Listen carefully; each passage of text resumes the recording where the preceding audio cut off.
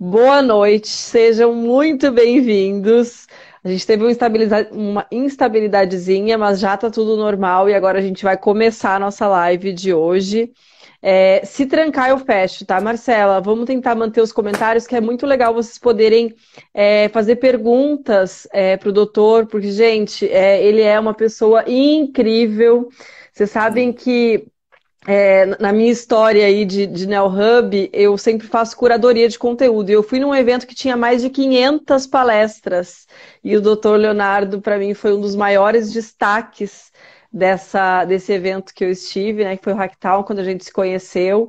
E eu estou muito feliz e sou muito grata por ter você com a gente aqui hoje, num momento tão único da história, a gente se reconectar. Então, seja bem-vindo, boa noite, por favor, se apresente, querido. Boa noite, Silvana. Muito obrigado pelo convite. É uma honra estar aqui com vocês e realmente aqui Hacktown é um momento muito especial que vem pessoas do Brasil inteiro e elas vão para esse evento para dar o que elas têm de melhor, né? E enfim, foi muito bacana e lá a gente conhece e conecta com pessoas incríveis e que têm o mesmo propósito, os mesmos valores e foi muito legal. Justamente isso, quando a gente estava conversando, a nossa super preparação, que a gente trocando informações, ideias. Parecia que tinha uma sintonia que eu quero, vamos falar sobre isso, daí você já vinha, vamos falar sobre aquilo. Foi uma sintonia super bacana e eu espero que as Foi. pessoas gostem. E eu sou médico, cirurgião plástico, trabalho com inovação, trabalho com tecnologia. Eu sou um dos meus atuais projetos que eu estou apaixonado por ele é trabalhar com o futuro das coisas. A gente fez toda uma vertical de saúde no futuro das coisas. Então, enfim, eu vou contando durante a nossa live, mas essa é a nossa vida, assim, bem... Sim, sim. Doutor, e o nosso tema hoje na verdade, o tema da semana é prosperidade. A gente vem aí numa jornada, a gente falou de conexão, depois de liderança, agora prosperidade, semana que vem de liberdade. É um mês de grandes lives aí para a gente fazer uma virada, né? A gente precisa fazer uma virada de chave para o novo normal. E hoje o nosso tema é prosperidade, como cocriar a saúde de uma forma próspera, que é o seu grande tema. Então, eu queria que o senhor falasse um pouquinho para a gente disso, sobre como cocriar a saúde de uma forma próspera na atualidade, na era pós-digital. E só essa pergunta aí, o senhor já pode dar uma boa navegada. Vamos lá, obrigado pela pergunta. O fato de cocriar saúde é um tema assim que as pessoas vão falar, mas o que é isso, cocriar saúde? Como é que funciona essa história, né? Porque normalmente a gente tinha a ideia assim que foi passada pelos nossos pais, a nossa ideia, a mentalidade normal era quando eu ficar doente eu vou no médico, quando eu sentir alguma coisa eu vou lá resolver. E essa é a mentalidade de todo o sistema de saúde em vários lugares do mundo. Então, quando eu tiver um problema, eu vou lá no profissional de saúde, no fisioterapeuta, na psicóloga, eu vou resolver. E o que que mudou? O que que vem mudando nos últimos anos? O que vem mudando é que cada vez mais eu, como paciente, não falando como médico, eu quero cuidar da minha saúde e não ficar só tratando a doença. E as pessoas começaram a entender que elas são responsáveis pela sua saúde. Então, cada vez mais, o médico começou a entender que o papel dele não era mais ser o dono do conhecimento, como era no passado, mas sim um curador do conhecimento, onde ele compartilha com o seu paciente as decisões sobre saúde. Então, parece muito sutil essa virada de chave, mas é super importante, porque o que que ela mostra pra gente? O que que ela fala? Que cada vez mais os pacientes, as pessoas, elas vão estar mais bem informadas, né? Vão estudar mais pela internet, enfim. Essa informação que elas têm, às vezes não são tão boas, mas tudo bem, tem informação. Elas vão ter mais informações sobre a sua saúde do dia a dia, através das pulseiras, relógios, palmilhas, os biomarcadores, os exames que elas fazem. E o médico e o profissional da saúde, como a nutricionista, o enfermeiro, o fisioterapeuta, eles vão deixar de ter um papel simplesmente de apagar incêndio, já ficou doente, e de fazer um papel de, peraí, Léo, agora você como paciente, seu pai foi diabético, seus tios foram diabéticos, você é um pré-diabético, então vamos fazer todo um planejamento para você não virar um diabético. Agora sim, por que você tem que se alimentar de uma forma saudável, correr, cuidar da cabeça, fazer um planejamento de vida saudável? O que a gente tem é um planejamento financeiro, um planejamento. A gente planeja a educação dos filhos, mas a gente não planeja a nossa saúde. A pergunta que eu termino agora falando assim, como você que está assistindo esse vídeo, como você quer estar quando você tiver 120 anos? Você quer estar correndo uma maratona? E se você quiser chegar aos 120 anos correndo uma maratona, qual é o seu planejamento para isso? Como você está planejando sua saúde nesse momento? Então a gente já começa falando sobre isso. E vamos em frente. Sim, sim, vamos em frente.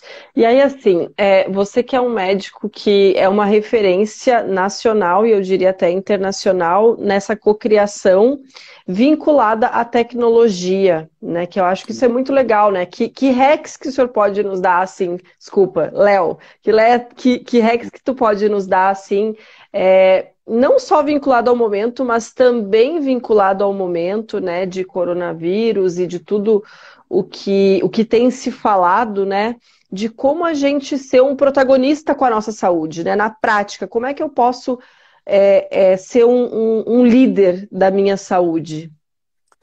É bem legal e foi super. Você foi precisa agora, cirurgicamente falando. Como eu ser o protagonista e o CEO da minha saúde, eu ser o CEO da minha vida, né? Porque a nossa vida tem muito É, mais do que saúde. Então vamos dar dois passinhos atrás. Qual é o conceito de saúde? Primeiro, saúde não é só não ter doença. As pessoas acreditam, se não tem nada doendo, se eu não estou com nenhuma mancha, se eu não estou com nenhum problema visível, se eu não sinto nada, quer dizer que eu estou saudável. Não é bem assim. Às vezes você pode estar desenvolvendo algum tipo de doença por um hábito de vida. Às vezes os fumantes, às vezes você pode estar desenvolvendo um câncer, você pode estar desenvolvendo uma diabetes, uma hipertensão, e você aparentemente não sente nada. Aí que está o grande X da questão. E foi bem legal o ponto que você tocou, porque eu fiz um projeto em 2012 para a Singularity University, que todo mundo fala na Universidade da NASA, falando justamente isso. Como um médico pode ser parceiro do seu paciente, em 2012, nesse processo de nossa. cocriação de saúde. E aí eu levei, e graças a Deus eu fui aprovado, foram 80 profissionais do mundo inteiro. Eu participei de um treinamento de tecnologia em 2013, e desde lá a gente vem falando sobre isso, como a tecnologia vem ajudando nós cuidarmos da nossa saúde. E aí que entra o grande detalhe. O profissional da saúde ele tem que entender que mudou o papel dele. O papel antes da internet, vamos falar assim, tudo que eu precisava de informação de saúde eu não tinha onde achar. Eu não ia conseguir ler um livro técnico, um artigo científico. Depois que veio a internet, a gente começa a pesquisar muito no Google e aí tem um ponto. A gente diminuiu o que a gente chama de assimetria de informação. Antes, os profissionais da saúde tinham muito mais informações de saúde que as pessoas em geral. Quando veio a internet, diminuiu o que a gente chama de assimetria de informação. Sim. E aí que está o grande ponto. Peraí, então eu como médico, se eu não entender esse momento agora que o paciente está bem informado, que ele quer discutir, que ele quer opinar sobre o seu tratamento, claro que com segurança, com todos os critérios, eu tenho que dar esse espaço. Eu estou fora do mercado. Porque todo mundo quer discutir, todo mundo entende um pouco mais da sua saúde e tem seu planejamento de saúde, como a gente falou no começo da live. Então, isso que mudou. E agora, com as tecnologias, que é o processo de digitalização que a gente fala, tudo está virando informação para tomada de decisão. Por exemplo, dependendo das pessoas que usam aquele reloginho da Apple, ele fala assim, olha, você está muito tempo sentado, está na hora de levantar. Você não tomou água hoje, não deu seus passos. Sabe? Então você, tem que me corrigir, corrija a postura, vamos levantar, vamos tomar água. A tecnologia está ajudando eu a cuidar mais da minha saúde. Então, um profissional da saúde que não entender isso, ele está fora do mercado, ele vai perder o valor para o mercado, no sentido assim, gente, não adianta mais aquele profissional da saúde antigo que se achava o dono do conhecimento, que a gente demorava 2 meses para agendar uma consulta, demorava 40 minutos para chegar no consultório, ficava esperando 2 horas e era atendido em 5 minutos. Quem nunca? Quem nunca passou por isso? Quem nunca? E aí o que acontece? Quem trabalha assim como máquina, que não olha na cara do seu paciente, que não exercita o que a gente tem de humano, que é o quê? O olho no olho, ver a verdade, a escutativa, que é você escutar o que está por trás daquilo. Se você não tem essa parte humana bem desenvolvida hoje como profissional em qualquer área, se você atende como máquina, você vai ser substituído por uma máquina. Agora, na pandemia e daqui para frente. O que que é uma máquina? Eu vou conversar com o Google, vou pesquisar, vou lá, entro numa inteligência artificial, faço isso. Eu não concordo, não acho certo, mas é o que está acontecendo. Então a gente tem que voltar, usar a tecnologia para humanizar o atendimento. Parece louco, mas é exatamente isso. Quanto mais eu usar a tecnologia para otimizar os processos, para dar um melhor atendimento para as pessoas, eu vou ter mais tempo para ser um bom médico, para ser mais humano, para entender as verdadeiras necessidades do meu paciente e entregar valor. O valor não no sentido financeiro, mas entregar algo que ele espera, mesmo que ele não saiba quando ele está me procurando. Então, esse é o novo papel do Sim. médico, essa é a medicina do futuro. Usar a tecnologia, a inovação e os dados para entregar valor para os pacientes. E a telemedicina ajudou muito, né? Ajudou muito nesse processo agora, né? Deixa eu te fazer uma pergunta que eu vejo que você vem falando muito, né? Não só sobre a ótica do médico, mas sobre a ótica de mundo mesmo, né? Você é um médico totalmente fora da curva, né? Que você é cirurgião plástico, mas você fala de co-criar a saúde que, né? Eu até queria te perguntar isso também, né? Essa relação da saúde com a estética. E a estética do futuro, né, que é um tema que eu sei que você também fala, você também transita, e como cirurgião, aí um dos mais renomados do país, também você tem essa visão, né, de longo prazo para a estética. Fala um pouquinho disso pra gente, e depois eu faço a pergunta que eu ia fazer, que não era essa. Vamos lá, olha que legal isso, olha que interessante. Quando eu me formei com o Pitangui, eu perguntei, professor, qual é o conselho que o senhor me dá para a vida, né? Ele falou assim, Léo, é o seguinte, a cirurgia plástica vai acabar. Daí eu falei assim, como assim, professor? Eu nem me formei ainda, o senhor já está falando que a cirurgia plástica vai acabar? Não fala isso para mim, né? Daí ele falou, não, é assim, do jeito que a gente vive hoje a cirurgia plástica, ela vai acabar, ela vai precisar ser reinventada. Vai existir um novo padrão estético, um novo conceito de beleza, as pessoas vão ressignificar o que é ser belo e vão ressignificar o padrão de beleza. E aí que está o grande ponto do que a gente está falando agora. Muito do padrão de beleza que as pessoas identificam e que gostariam de ser parecidos, a gente passou por várias etapas, né? De, sei lá, vou chutar agora, vou entregar minha imagem agora, questão de Barbie, questão de, enfim, nem vou falar para não entregar, mas existem padrões de Sim. belezas impostos pela sociedade, pela mídia, e que não é o seu. O que está acontecendo? Quanto mais a gente está evoluindo, por exemplo, esse momento do Covid, da Covid agora, está servindo para a gente dar um reset, sair daquela loucura e começar a pensar mais sobre a vida. A gente está pensando mais sobre nossa alimentação, sobre a vida, e a gente está tendo menos influências externas, porque a gente está mais centrado, a gente está mais cuidado, e mais fala assim, gente, padrão de beleza é algo imposto pela sociedade. Eu sou bonito do jeito que eu sou. Você é bonita do jeito que você é. A gente tem um padrão próprio. Ao invés de Sim. eu ficar querendo seguir um padrão, às vezes inatingível, inalcançável, de uma estrela de cinema ou alguma modelo, enfim. Agora é isso que está mudando cada vez mais. A nova estética vai ser a gente resgatar nossos traços culturais, a beleza que a gente tem, que normalmente a gente quer esconder para ficar todo mundo igual, parecido. Agora vai ser ao contrário, você vai inverter. O que eu tenho de diferente e é isso que a gente vai dar ênfase. Então, como cirurgião plástico, o meu papel é isso. É eu entender, por exemplo, às vezes as pessoas me procuram. No passado era moda e a gente percebeu isso. Doutor, eu quero botar um silicone bem grande, não sei o que, não sei o que. Daí fala, peraí, isso é moda, não combina com o seu corpo, isso é um padrão que não é o seu. Qual é o que está por trás dessa história, sabe? Então a gente tem que entender e conversar com o paciente para tomar uma melhor decisão, porque é o seu corpo que você está mexendo. E eu sempre falava para os pacientes, essa questão da cocriação de saúde é muito importante para nós, como cirurgiões plásticos, porque a gente é o final do processo de uma mudança interna. As pessoas, às vezes, elas acham que a gente vai começar, vou operar no cirurgião plástico para mudar minha vida, mudar meu estilo de vida, mas é o contrário. Às Para vezes você resgatar minha passa por... autoestima. Exatamente. A gente faz todo ao contrário, a gente fala assim, ó, o Cruel entrou aqui, um amigo meu, dá Ah, start. várias Que pessoas. legal. Sim, Sim. querido. Então, o que a gente faz? Eu falo para os pacientes, gente, antes de você operar, você tem que fazer toda uma mudança interna. fazer a mudança de comportamento, de alimentação, de mindset. E a cirurgia plástica ela entra no final. E olha que loucura. E às vezes eu tinha alguns pacientes que eu fazia isso e eu falava para eles assim: olha, você pode estar me achando um louco, um médico louco, mas corre o risco de você fazer todo esse processo de cocriação e você não operar, não precisar mais da cirurgia. Porque você vai estar tão feliz, com a autoestima tão elevada, tão satisfeito que você não vai mais precisar de mim. E eu vou estar bem com Gente. isso. Eu estou feliz com isso, sabe? Eu acho que essa é a chavinha. E quando eu falava, esse paciente ficava me olhando, ressabiado. É Até muito eu legal. fiquei assim, como assim? O senhor mandava o paciente embora, praticamente, né?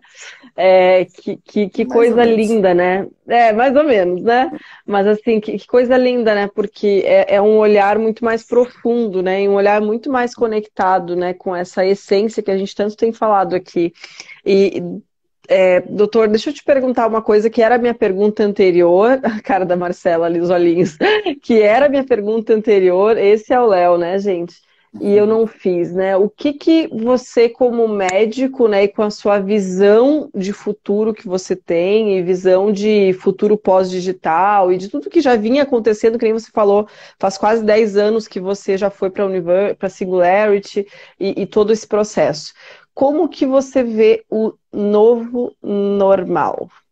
Ai, essa é a pergunta de US$ 1 milhão que a gente está falando todos os dias, né? O novo é muito legal porque assim, o novo normal está sendo construído hoje, agora. Eu vou dar um exemplo também, eu falo da minha vida, da minha prática. Olha que loucura isso, né? Quando eu acabei de voltar da residência do Pitangui, voltei para Blumenau e eu comecei a dividir o consultório com o médico homeopata. Eu tinha as manhãs para atender, de tarde ele atendia e minha clientela começou a crescer, começou a desenvolver e eu tinha que tomar uma decisão. Falei, o que, que eu vou fazer agora? Porque eu não estou mais dando conta de atender todos os meus pacientes só de manhã. Eu preciso de ou ter um outro consultório ou pensar em alguma coisa. E aquilo me deixou meio preocupado. Putz, momento, e agora? Será que eu invisto num outro consultório, mas não sei se ainda é o momento, enfim. E eu comecei a pensar, eu falei, sabe o que que eu vou fazer? Eu vou fazer o seguinte, eu vou atender os pacientes antes das cirurgias no meu consultório e de tarde eu vou na casa dos pacientes visitar os pacientes que eu operei. E aí eu resolvi três problemas com isso. Eu resolvi o problema para o Gente, paciente. Olha que loucura, para o paciente era sensacional ter o médico visitando ele em casa. Para mim era fantástico, porque era o tempo que eu não podia estar no consultório e visitar ele em casa. E o terceiro problema, eu aproveitava, tomava café com o paciente, almoçava, às vezes jantava. Então, para mim era sensacional isso. Então aí, quando a gente começou a fazer isso, eu falei, nossa, foi nesse momento que eu aprendi a fazer gestão da sala de espera de um consultório. Você vai ver como isso vai terminar.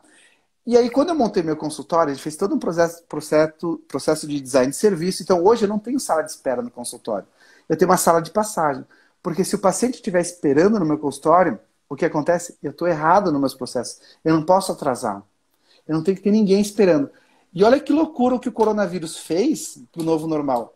O coronavírus vai falar assim, não pode ter sala de espera lotada. Não pode mais não ter um monte existe de gente sala de esperando. espera. Exatamente. E aí o que vai acontecer? Como é que vão ser os médicos, os profissionais agora, que estavam acostumados, deixava todos os pacientes esperando na sala de espera e depois eles iam atendendo como máquina. A gestão da sala de espera vai mudar. E aí, isso vai mudar todo o fluxo de atendimento das pessoas dali para frente. E é legal que no momento de crise difícil você vai. Ah, tive um insight. Vou transformar esse problema numa dúvida. E agora, essa questão do coronavírus está servindo para isso. Por isso que eu achei genial o processo de mudança de mindset que você criou nas suas lives para a gente entender. Peraí, gente, mais do que tudo, é uma mudança de mentalidade de como eu me posicionar em relação a mim como pessoa. A gente sempre fala isso. Léo com Léo, cuidando da minha saúde, minha imunidade, cuidando dos meus próximos, vou usar máscara, vou lavar as mãos, para eu não prejudicar toda a minha comunidade. Então agora eu estou tendo um senso, eu cresci na minha consciência. Se eu cuidar de mim para ter 120 anos e correr uma maratona, se eu sobreviver a isso, todo mundo vai cuidar. Então é genial essa mudança de mindset. Nossa, que surreal isso, né? Deixa eu só dar uma lidinha aqui no comentário aqui.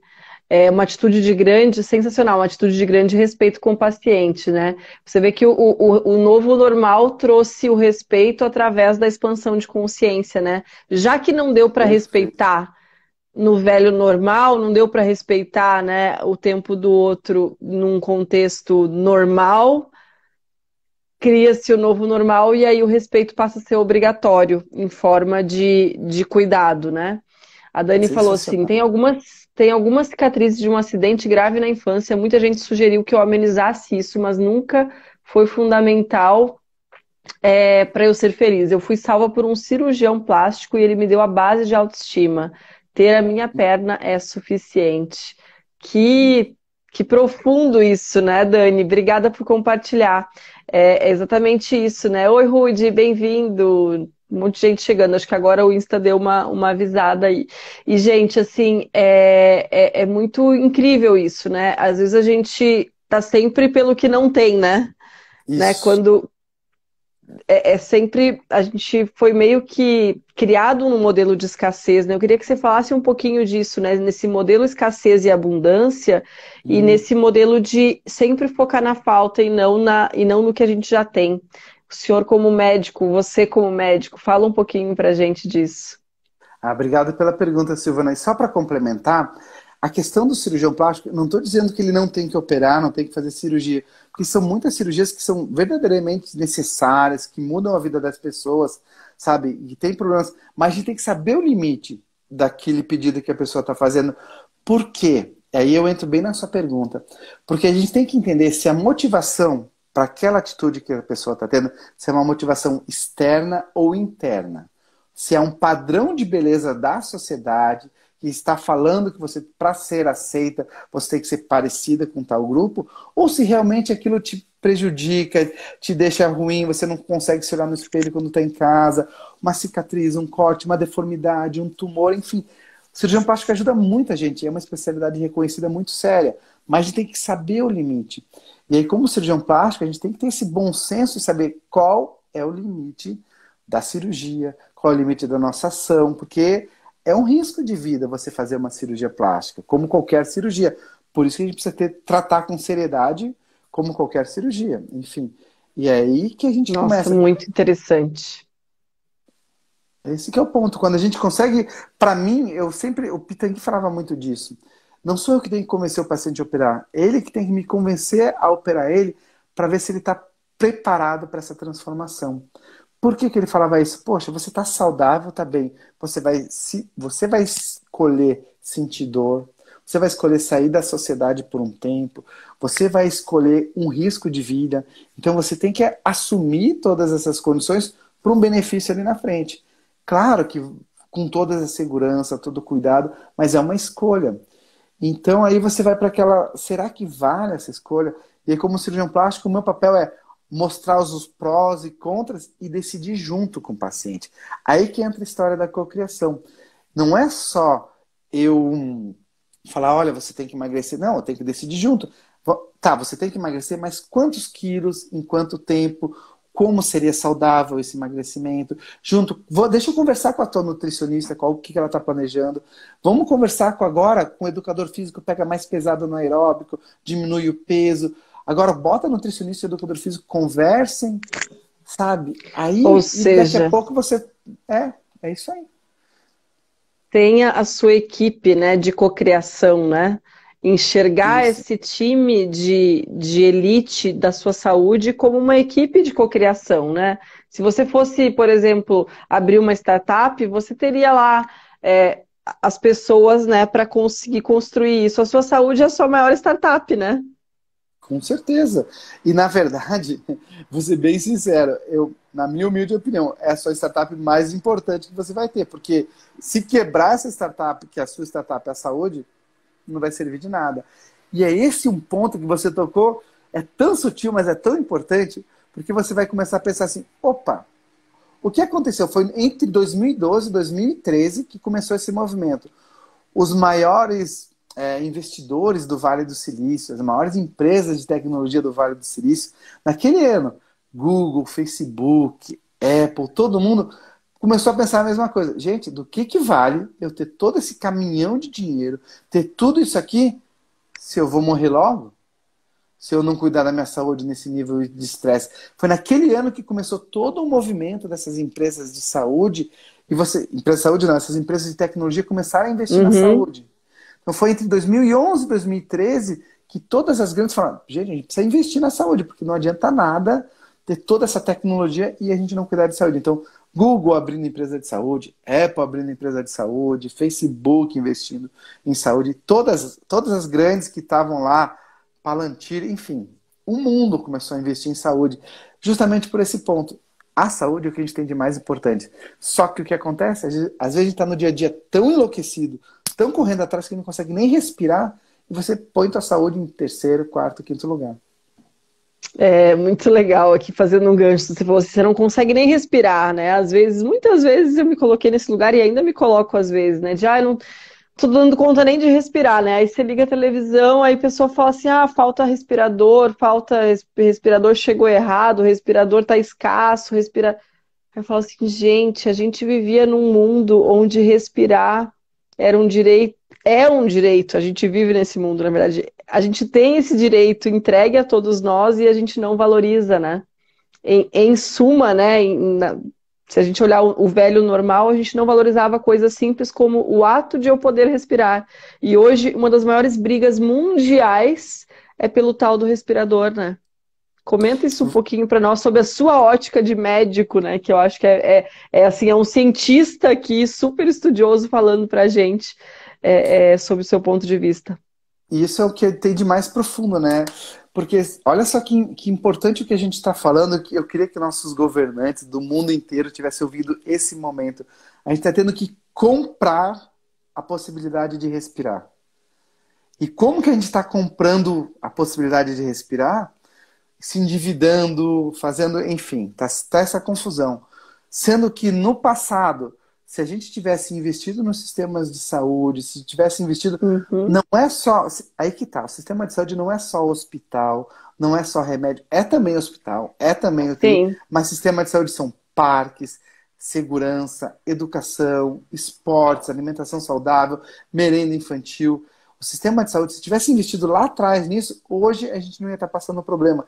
E não é só um problema brasileiro. O coronavírus veio e fez assim, um tapa na cara de todo o mundo que estava vivendo aquele mundo capitalista e falar assim, deixa a segunda... Como eu, pessoa, normalmente deixava a saúde para segundo plano, os governos também, deixa a saúde depois. Quando estiver morrendo, morre no hospital, vai para o hospital. Mas nunca fizeram uma política verdadeira de saúde. Peraí, gente, quem nessa população aqui é pré-diabético? Quem é pré-hipertenso? Quem está subindo no peso? Quem não está dormindo direito? Quem está estressado? Vamos arrumar Vamos tudo isso. organizar, né? Vamos. E, Aham. a- e agora a gente está tendo que pagar tudo, tá tendo que entregar o que tem e o que não tem, os governos, e a disputa para poder respirar, para o seu povo poder respirar. Olha que loucura isso. Se tivessem pensado antes que a gente quer respirar num parque, quer respirar se alimentando bem, quer respirar porque eu quero ter paz, não quero ter preocupação com assalto, que eu não quero ter preocupação com a segurança, porque o governo dá condições, ou a gente pensa. Isso não ia estar acontecendo agora. É que a sociedade chegou no limite. Se não fosse coronavírus, ia ser outra coisa. Mas a gente já estava caminhando para o limite. Nossa, sim, a gente estava muito caminhando para o limite. E eu acho que, claro, é muito difícil, né? Até queria te ouvir um pouquinho sobre isso, né? É muito difícil a gente falar assim, nossa, o coronavírus veio e parou todo mundo, e sou grata É muito difícil falar isso quando ele já matou, né, várias pessoas, e isso é muito triste, e tudo que aconteceu foi muito triste, né?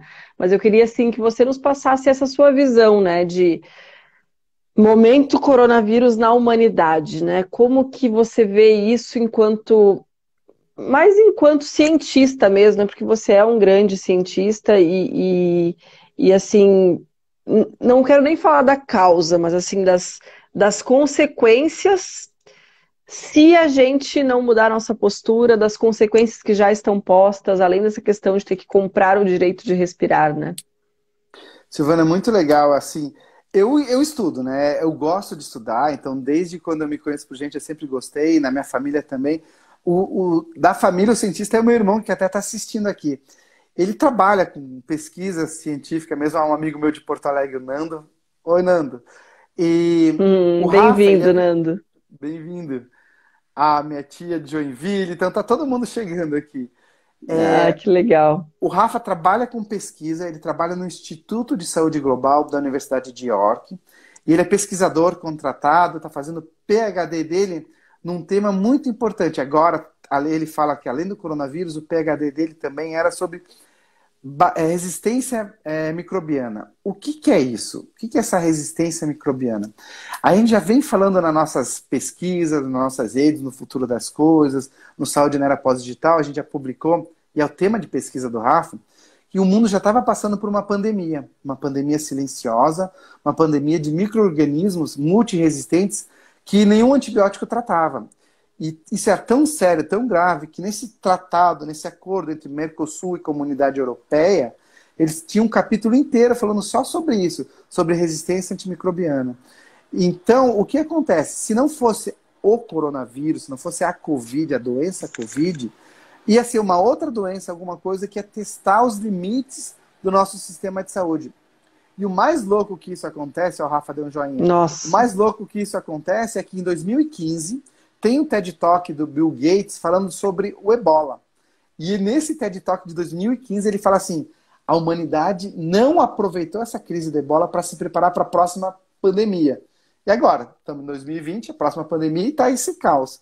E o que o Rafa fala, e todo mundo fala, não vai ser a primeira pandemia que a gente vai estar enfrentando e não vai ser a última. Então, cada vez vão ter mais pandemias com maior frequência e maior intensidade. Então, é muito importante a gente se preparar e se organizar para isso.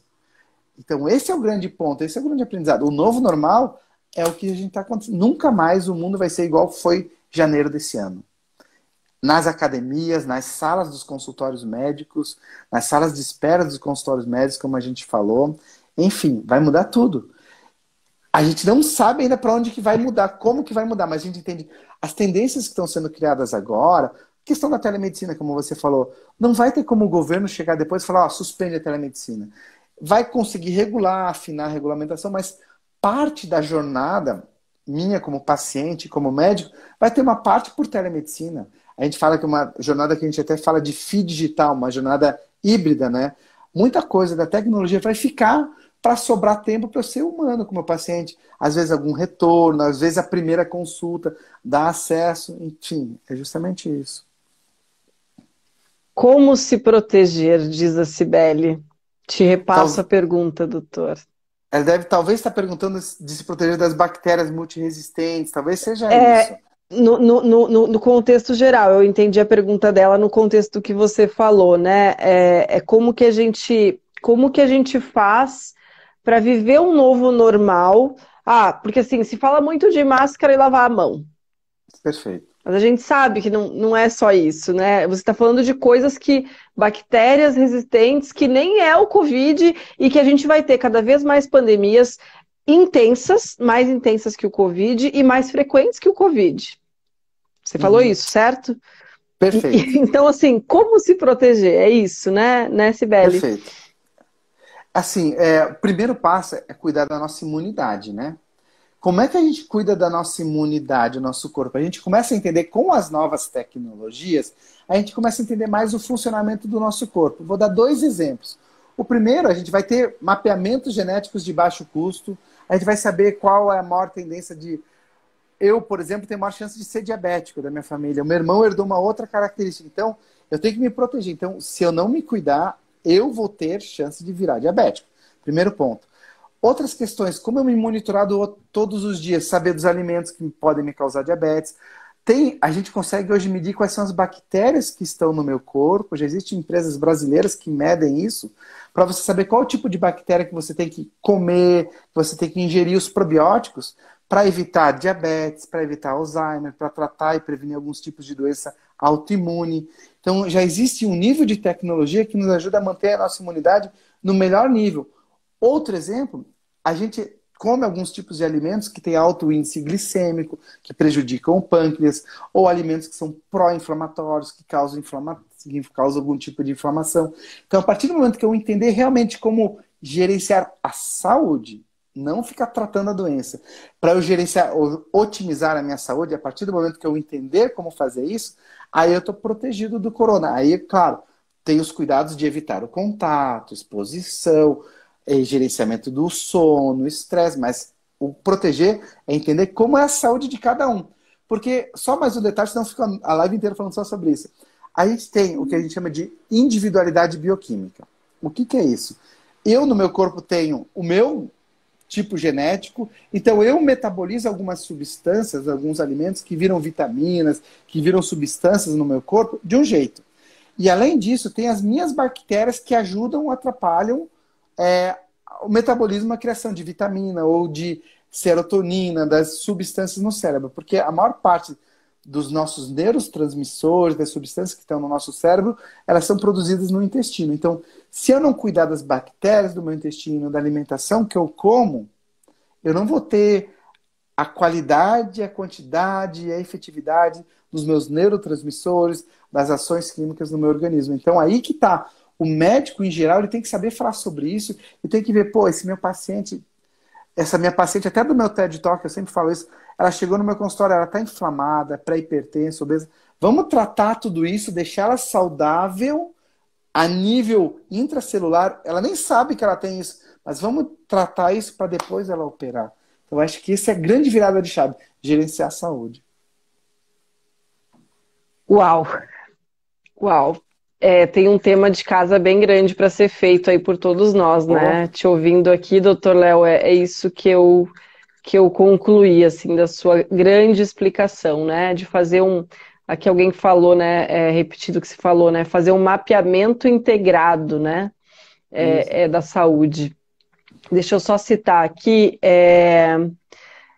a Fábio comentou, né, que está vivendo a questão da teleconsulta e que isso tem aproximado e não afastado ela dos pacientes, né? Muita gente tinha medo, até como paciente, né, da telemedicina.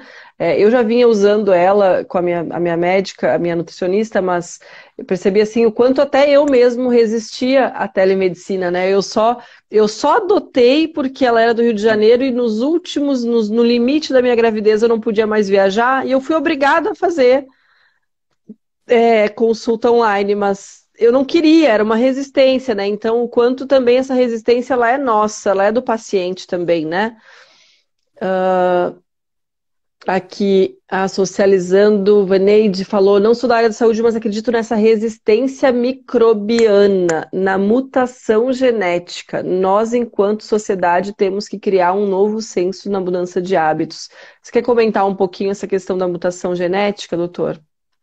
Comento sim. E só aproveitar também, acho que a Francis falou da nutrologia, né? A nutrologia, com certeza, é um aspecto super importante, que ela entende a questão dos alimentos, os alimentos a nível assim, a quantidade de vitamina, a quantidade de sais minerais, a quantidade de nutrientes que os alimentos têm que ajudam a prevenir, tratar e às vezes, enfim, prevenir, tratar alguns tipos de doenças, prevenir, tratar alguns tipos de condições.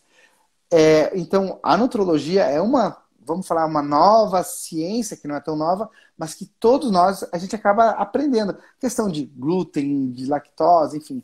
É um debate super grande, mas é nessa linha. Eu concordo plenamente, tá? Só a Francis para falar.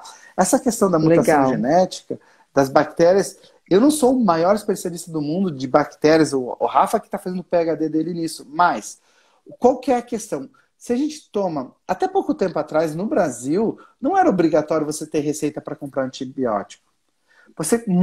A gente comprava antibiótico de qualquer jeito.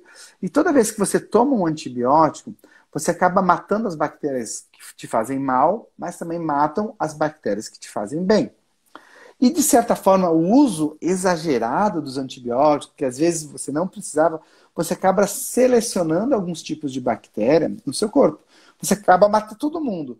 Mas, às vezes, sempre tem uma bactéria que sobrevive, que ela é resistente. E aí, aquela que é resistente, ela se multiplica, aumenta, e daqui a pouco vai ter uma população de bactérias e aquele antibiótico não faz mais efeito. E isso que estava acontecendo, além de ter a mutação genética, enfim, mas não só bactérias, mas são os micro-organismos. Às vezes tem algum tipo de fungos também que acontece isso. Então, era esse uso indiscriminado dos antibióticos, entre outras coisas. Saúde animal também, enfim. Mas eu não vou entrar nesse detalhe, vamos em frente, senão eu não paro mais de falar. Tá bom. A Josi falou aqui, olha que legal, que ela é professora de dança do ventre. E ela falou que Eu ia achava que... comentar. Comenta, Ah, pode pode falar. comentar.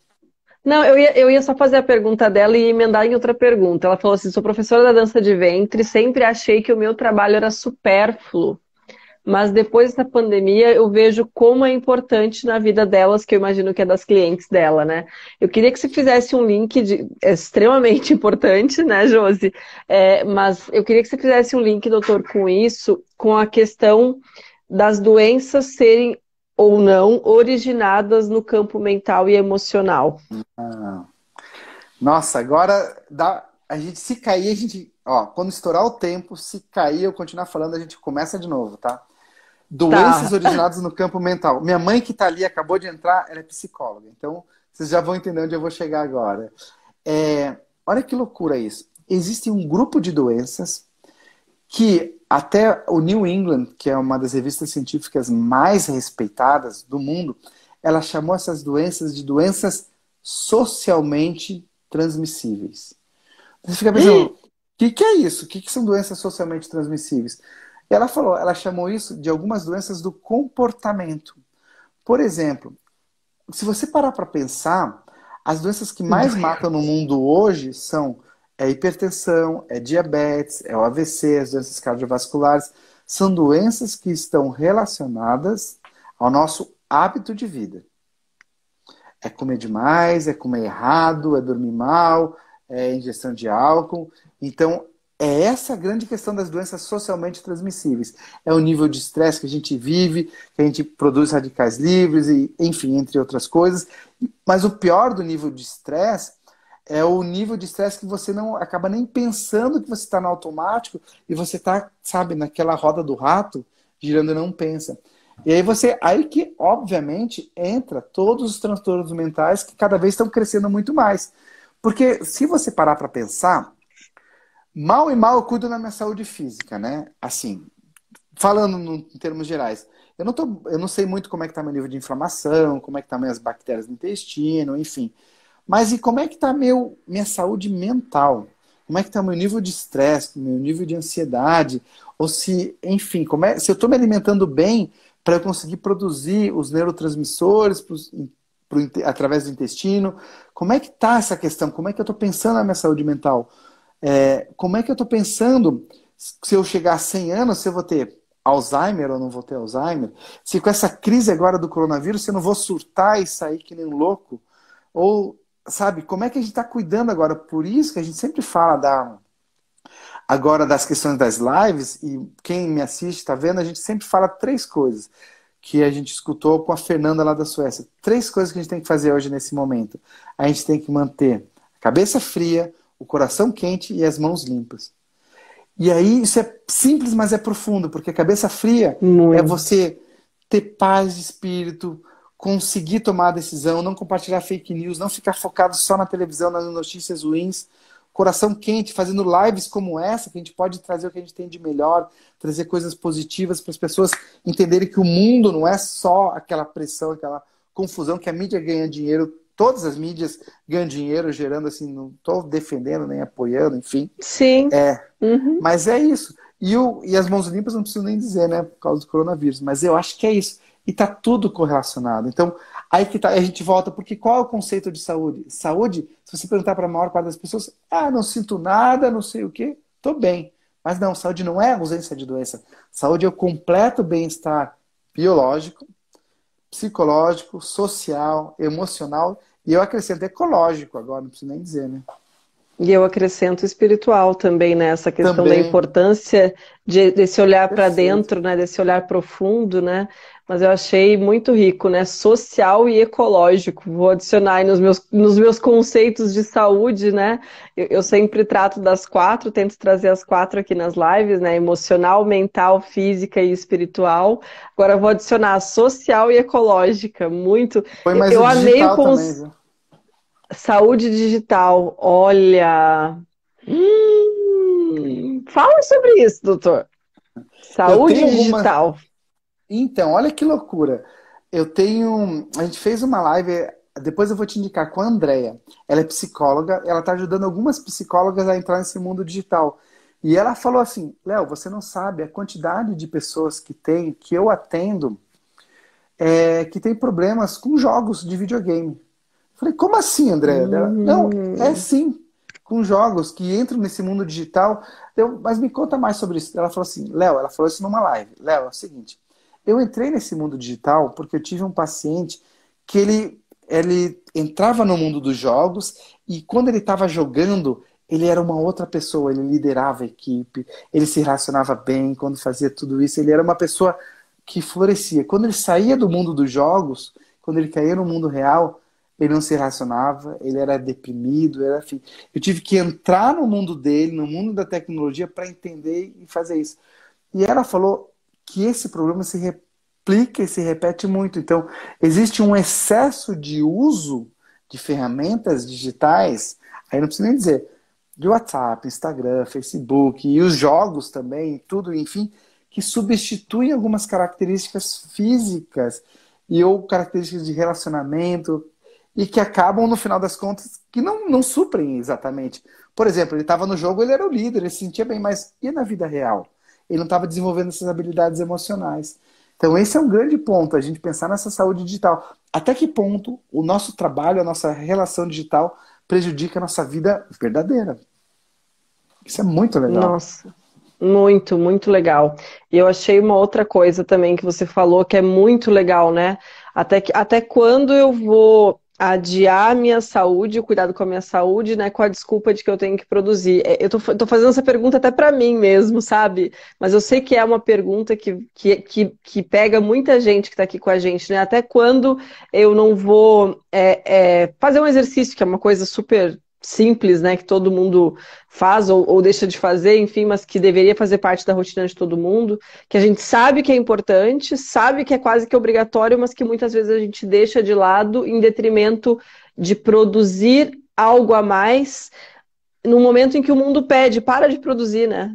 Uhum. Calma, menos.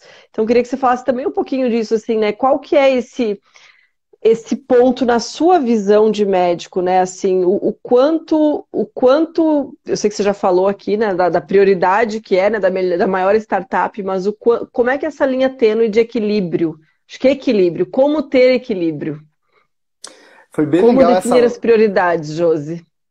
Foi ótimo, porque quando a gente fez essa live, não sei se algumas pessoas perceberam, mas as pessoas próximas de mim perceberam que eu estava quase fazendo terapia online em grupo com o pessoal, né?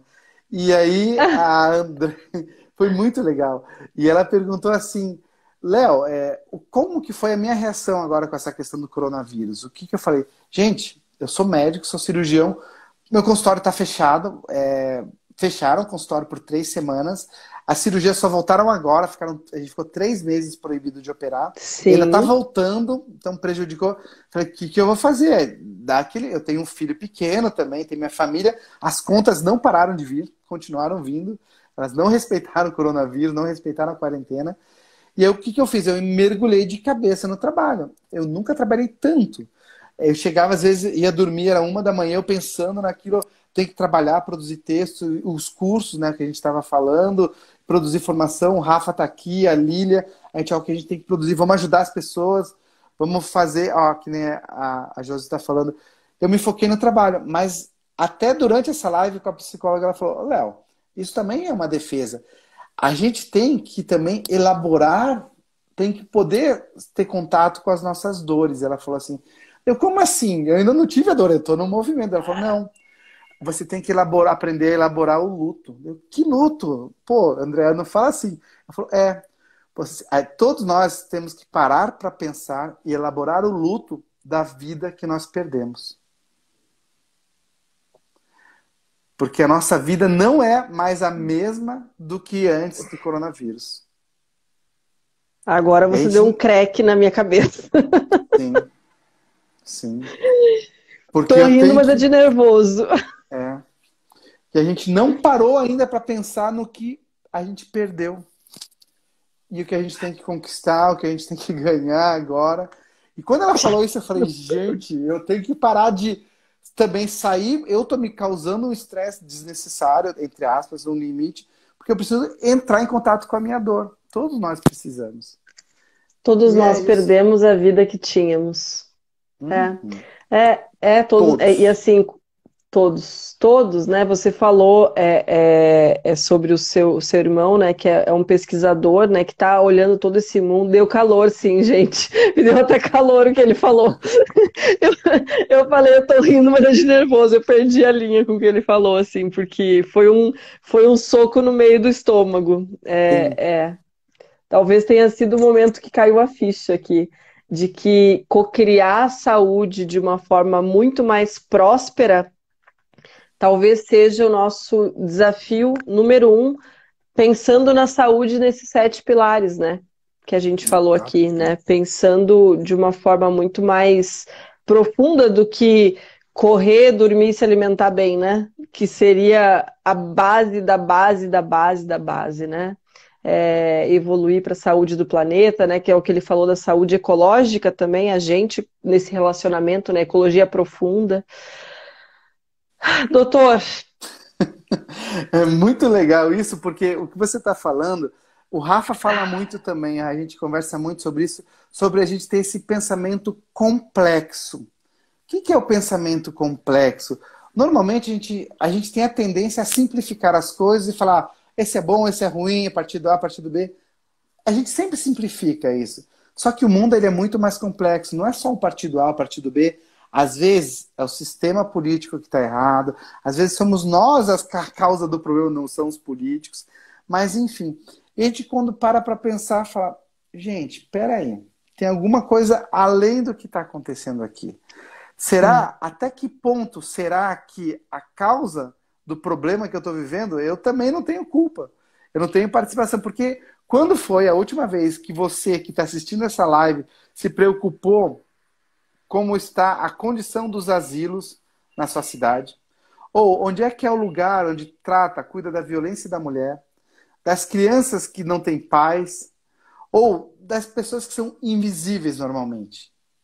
A gente não se preocupa com eles não falam, não fazem parte das estatísticas, não fazem parte das lives, parece que a gente vive numa bolha. A gente vive numa bolha. Então, a partir do momento que a gente começa a furar essa bolha e entender que a nossa sociedade é tão forte quanto ela mais fraco, e o que é isso? A partir do momento que eu der qualidade de saúde para as pessoas que estão nos asilos, para as crianças que estão nas creches, crianças que não têm pai, nos presídios, se a gente der qualidade de vida para todas essas pessoas, a nossa sociedade cresce como um todo. A gente tem o pensamento mesquinho, a gente só cuida da superfície e coloca a outra parte para debaixo do tapete. Aí, essa história da Covid já está mostrando isso. Se eu não cuidar de toda a sociedade, a gente vai continuar se recontaminando, recontaminando, recontaminando. Essa história não vai acabar nunca. A violência muito doméstica. legal. E a Muito gente começa a legal. E aí pensar. voltamos à reflexão que a Marcela trouxe ali, né? Somos todos um. Somos todos um. E aí eu queria te pedir, assim, acho que a gente está indo aqui para os minutinhos finais, infelizmente, que está tão gostoso, esse papo Foi ficaria aqui o rápido. resto da noite. Foi muito rápido, gente. Vontade Sim, de ficar aqui por horas com o doutor Leonardo, mas também ele tem um filhinho pequeno, precisa sim. ir dar uma cuidada, né? Eu queria te agradecer, Leonardo, assim, é Obrigado. muito lindo.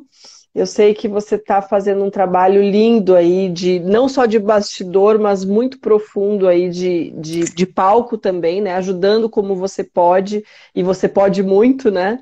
E eu queria te agradecer, aí tá todo mundo agradecendo também, foi maravilhoso. E o quanto da importância da gente ter essa consciência, né? Será que o hospital da minha cidade não precisa de uma ajuda? Será que o asilo da minha cidade não precisa de uma ajuda que eu posso dar? Será que a minha família não precisa de uma ajuda que eu posso dar? Alguém me perguntou se a live fica salva. Gente, absolutamente todas as lives que eu faço ficam salvas por um motivo muito, muito, muito básico. Essas lives são para contribuir, elas não são. Até Sim, podem ser em algum momento para vender alguma coisa, mas elas não são para escassear a informação, elas são para proliferar, que a gente sim. contagie as pessoas com as informações que estão aqui. Então elas ficam salvas todas. Tá lá no GTV, tá no YouTube, que é para essa informação chegar em quem precisa. Então compartilhem sem dó, compartilhar não tira, pelo contrário, só multiplica. E eu quero agradecer demais pela sua generosidade de estar aqui contribuindo com a gente nessa noite, tá, doutor? Silvana, Sua, muito sua mensagem obrigado. final. Muito obrigado mesmo, foi um prazer. E eu queria dizer que, enfim, a gente se conheceu lá no Rectal, você viu aquela minha palestra no Rectal, E foi muito legal, até para falar que aquela mesma palestra com a Tatiana, a gente foi e deu a palestra em Brasília. Teve um evento lá dos ministros, que quem abriu foi o Paulo Guedes, estava o ministro do Turismo, e quem fechou o evento foi o Harari, o Yuval Harari, o super conhecido. Sim, eu vi esse evento. Então, eu e a Tatiana, a gente palestrou lá e foi lindo. As pessoas bateram palma de pé para ela. Estavam lá Nossa. todo. Tinha gente da Estônia, da Letônia, de todos os lugares, assim, ministros, enfim. Foi muito legal poder furar a bolha e falar o que a gente está falando agora. Eu acho que esse é o nosso papel. Depois eu compartilho o link com vocês, tem a palestra gravada, o pessoal se emocionou, bateu palma, foi lindo. Mas é isso. Eu acho que a gente ajuda as pessoas dentro da nossa zona de influência. Quando a gente consegue furar a bolha, o universo recompensa, só vem coisas maravilhosas. Eu só agradeço e vamos em frente. Obrigado. Ai, que lindo, obrigada, que bom. Eu vou, se você puder compartilhar, eu vou compartilhar com todo mundo aqui também. E nossa, gratidão por tanto, viu? Obrigada mesmo, uma boa noite. Obrigada a todo mundo que passou aqui, todo mundo que vai nos assistir e compartilhem, porque a gente sabe que compartilhar é o nosso maior poder de transformar o mundo.